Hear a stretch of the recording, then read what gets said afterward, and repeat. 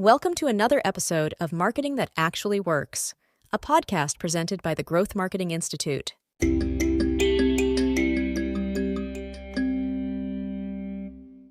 Every marketing strategy should start with a funnel, a process by which prospective customers become aware of your business or organization and its offering, known as awareness.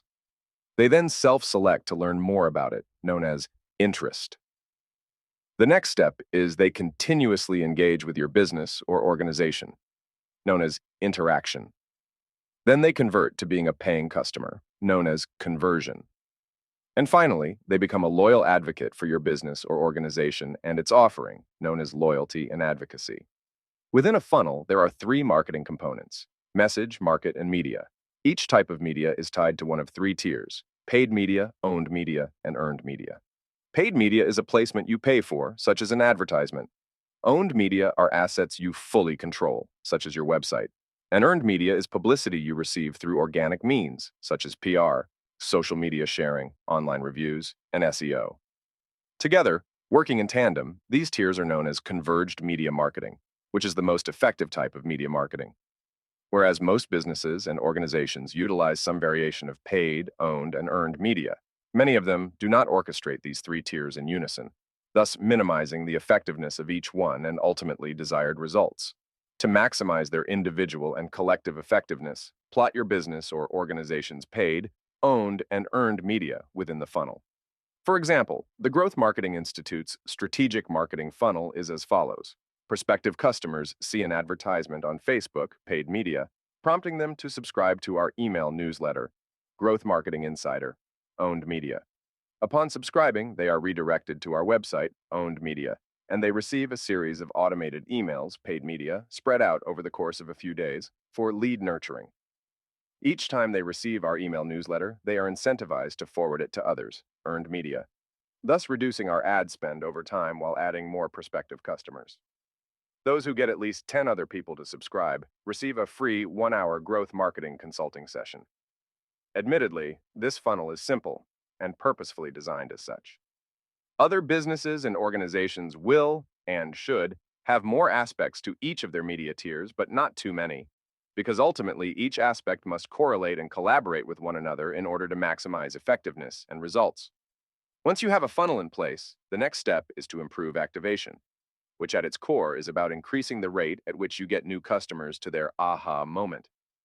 The moment that the utility of the product or service really clicks for your average customer, when they truly receive, or at least fundamentally understand its core value, what the product or service is for, the job to be done, why they must have it, and what benefit they derive from using it, that is completing the job to be done. Start by mapping all of the steps that get prospective customers to arrive at this aha moment. Then, create a funnel report that profiles the conversion rates for each of the steps and segments prospective customers by the channel through which they arrive, and the conversion rate between each step.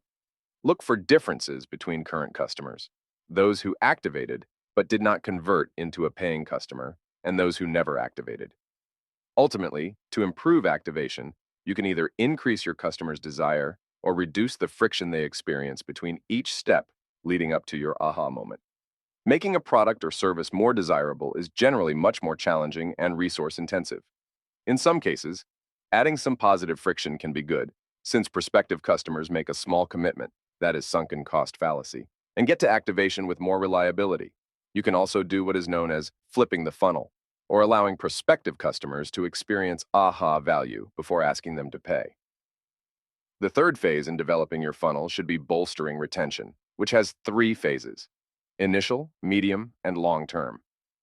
The initial retention period is the critical time during which a new customer either becomes convinced to keep using or buying a product or service, or goes dormant after one or a few visits, tries, etc. Once new users have crossed the threshold of initial retention, they move into the medium retention phase, a period when the interest in a product or service's novelty often fades. The core mission for growth teams in retaining customers who are in this midterm phase is to make using a product or service a habit. Working to create such a sense of satisfaction from the product or service that over time, customers do not need to be prodded to use it again because they have incorporated the use of the product or service into one or more of their routines. Finally, there is long-term retention, in which growth teams can help to assure that a product or service keeps offering customers more value. Teams must experiment with ways to keep improving the product or service, helping product development teams to determine the timing for and cadence of introducing enhancements of existing features or entirely new features. Communicating to customers that some new features or offerings are just around the corner and telling them how they will benefit can be a powerful inducement for them to stick with you. The key here is to keep refreshing the customer's perception of the product as a must-have. To maximize your retention rate, break your retention data into cohorts based on entry date, channel, and other relevant factors. For long-term retention, you can use a two-pronged approach that involves 1. Optimizing the current set of features, notifications, and subsequent rewards from repeated use. And 2. Introducing a steady stream of new features over a long period of time. Another important element of long-term retention is figuring out how to move your customers along a learning curve. They should gradually be introduced to new features and new ways of using them as they become more familiar with your product or service. Lastly, develop a resurrection strategy for when you notice that customers' purchasing or user activity has dropped to zero after some designated time, which you should experiment to determine. These dormant customers should be added to a resurrection flow, a series of communications, for example, emails, notifications, retargeted advertisements, designed to win them back, often by reminding them of the aha moment or core elements of value that once drew them to the product or service. The fourth and final phase of developing your funnel should be focused on monetization, the goal of which is to highlight all of the opportunities in the funnel, from awareness to loyalty and advocacy, that you have to earn revenue from customers. It starts by returning to the basic mapping of the entire strategic marketing funnel.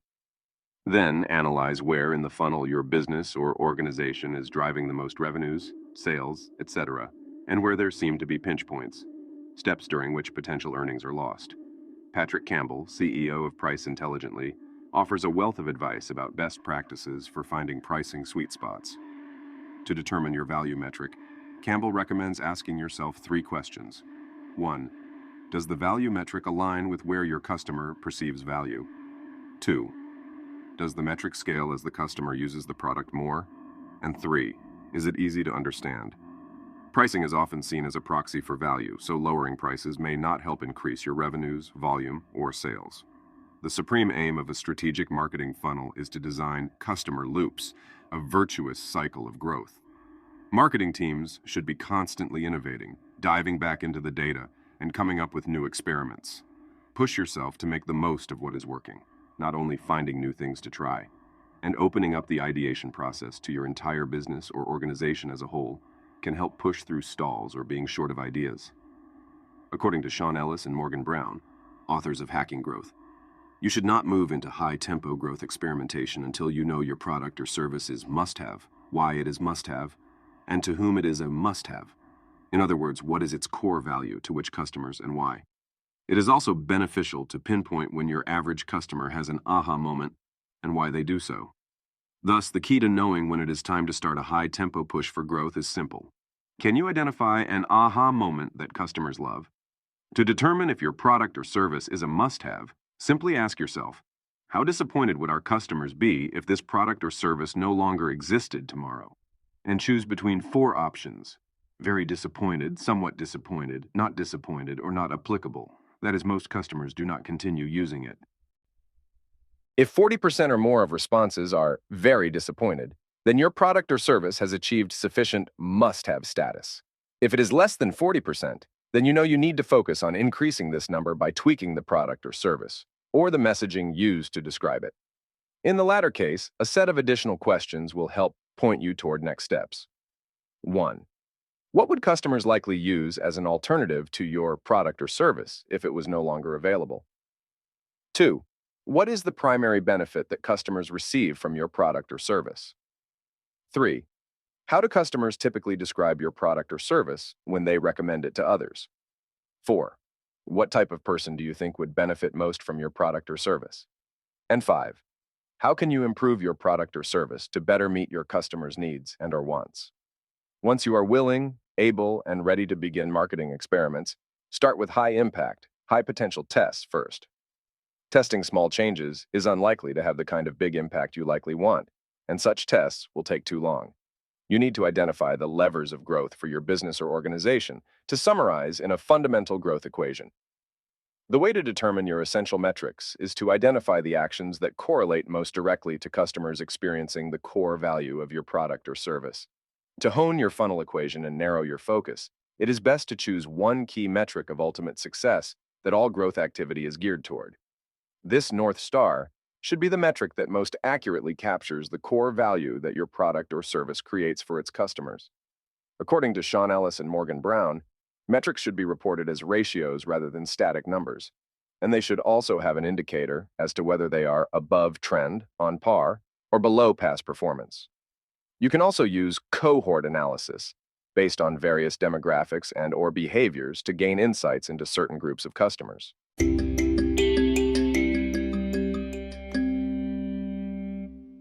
Thank you for listening to another episode of Marketing That Actually Works, a podcast presented by the Growth Marketing Institute. To learn more about how we work with businesses and organizations of all kinds and sizes to help them perform better, grow faster, and take advantage of other impressive results, please visit our website at www.thegrowthmarketing.institute.